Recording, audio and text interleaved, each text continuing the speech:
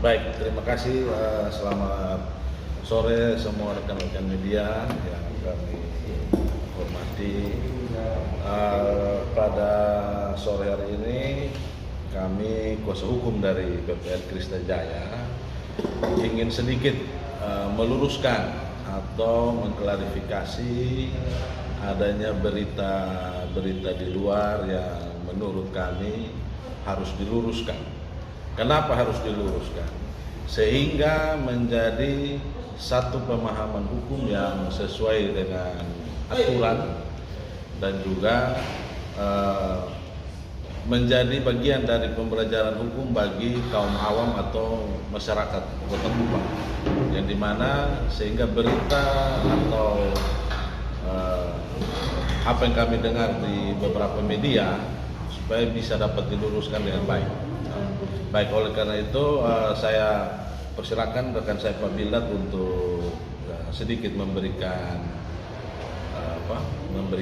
klarifikasi tentang terkait dari pra-peradilan kedua atau pra-peradilan yang sementara dilakukan oleh pemohon Pak Albert Wilson Riukores selaku pemohon dan termohonnya yaitu Polda NTT terkait dengan kasus dugaan penggelapan 9 sertifikat tersebut. Baik, terima kasih. Baik, terima kasih rekan-rekan media semuanya. Pada prinsipnya kami hanya menyampaikan begini, bahwa dalam beberapa statement yang disampaikan oleh teman-teman pemohon pra peradilan terkait yang penetapan tersangka Pak Albert menyatakan bahwa menetapkan Pak Albert sebagai tersangka ini karena sudah ada putusan pra peradilan terkait DSP 3, maka harus ada bukti baru atau novum. Menurut kami itu satu kekeliruan. Kenapa keliru? Karena penetapan pra peradilan terkait dengan SP3 atau surat penghentian penyidikan itu yang dinilai itu adalah alat bukti, dan yang dinilai itu adalah peristiwa pidana atau bukan. Sehingga kemudian alat-alat bukti dan dihubungkan dengan itu peristiwa pidana, maka akan dilahirkan siapa calon tersangkanya. Sehingga ketika menetapkan Pak Albert sebagai tersangka tidak perlu atau tidak memerlukan bukti baru atau hukum baru, karena konteksnya berbeda. Karena itu pra peradilan untuk penetapan tersangka ketika kabul itu memang ketika penyidik ingin membuka kembali harus ada bukti baru. Tapi kalau pra peradilan terkait dengan penghentian penyidikan yang dikabulkan, secara otomatis bukti-bukti yang diperoleh oleh penyidik selama proses penyelidikan maupun penyidikan itu dipergunakan untuk menetapkan calon tersangka ketika pra SP3 itu dikabulkan. Jadi menurut kami apa yang dilakukan oleh Polda NTT itu sudah tepat dan benar. Tidak ada suatu kesalahan prosedur maupun kesalahan ataupun cacat yuridis terkait dengan penetapan Pak Albert itu sebagai tersangka. Bahwa kemudian ada pernyataan-pernyataan bahwa ini ada kasus perdata karena ada putusan dan sebagainya, menurut kami sudah clear and clean, karena putusan pra peradilan terkait dengan SP3 itu juga yang kemudian hakim mengabulkan itu sudah menilai juga bahwa perbuatan yang dilakukan oleh perbuatan yang dilakukan oleh Pak Albert atau diduga Pak Albert Wilson Riukores sebagai PPAT itu adalah peristiwa pidana, sehingga dapat dimintai pertanggungjawaban pidana. Dan dalam putusan pra peradilan terkait SP3 itu hakim sudah menilai adanya 3 alat bukti. Ada alat bukti surat, ada alat bukti saksi, alat bukti ahli maupun alat bukti surat, sehingga penetapan Pak Albert sebagai tersangka itu sudah tepat dan benar yang dilakukan oleh Polda NTT.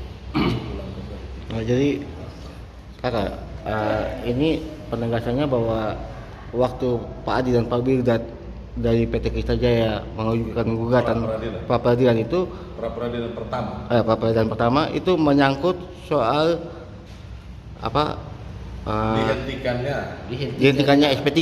Ya, dihentikannya SP3 ini mengenai penyidikan oleh Polda NTT lewat SP3. Iya, jadi pra peradilan soal SP3. Ya, bukan pra peradilan itu terkait dengan SP3 atau penghentian.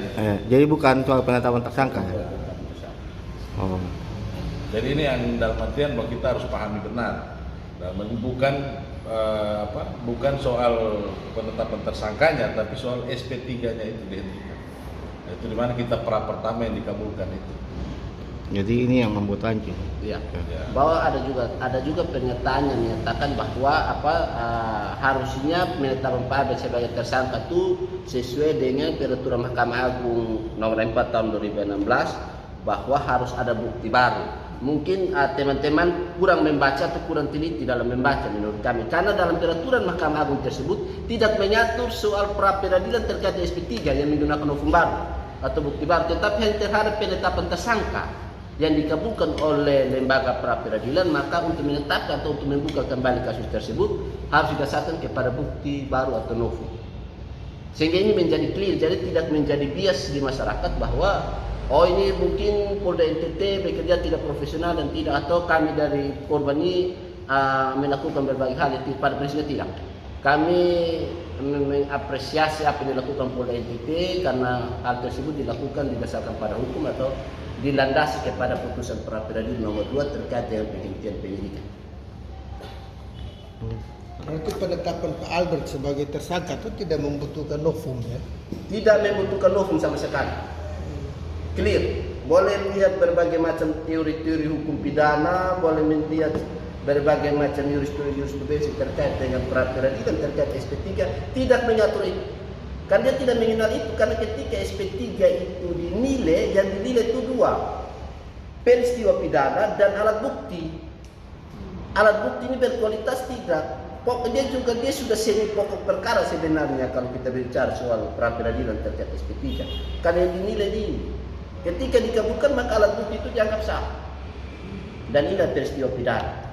Maka tidak membutuhkan novum maupun alat bukti baru.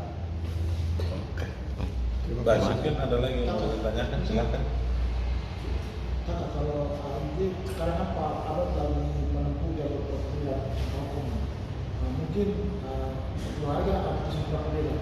Mungkin langkah apa yang akan kami kuasa hukum seandainya Pak Abed Menang. di Pra-peradilan. dia peradilan dikalah, mungkin apakah akan berubah dan pula untuk segera penahan atau bagaimana? Baik, terima kasih. Kalau ditanyakan kepada kami, ya kami cuma memberikan keterangan bahwa kami menyerahkan sepenuhnya kepada pihak kepolisian dan pihak pengadilan yang sementara berproses tentang terkait pra peradilan kedua ini.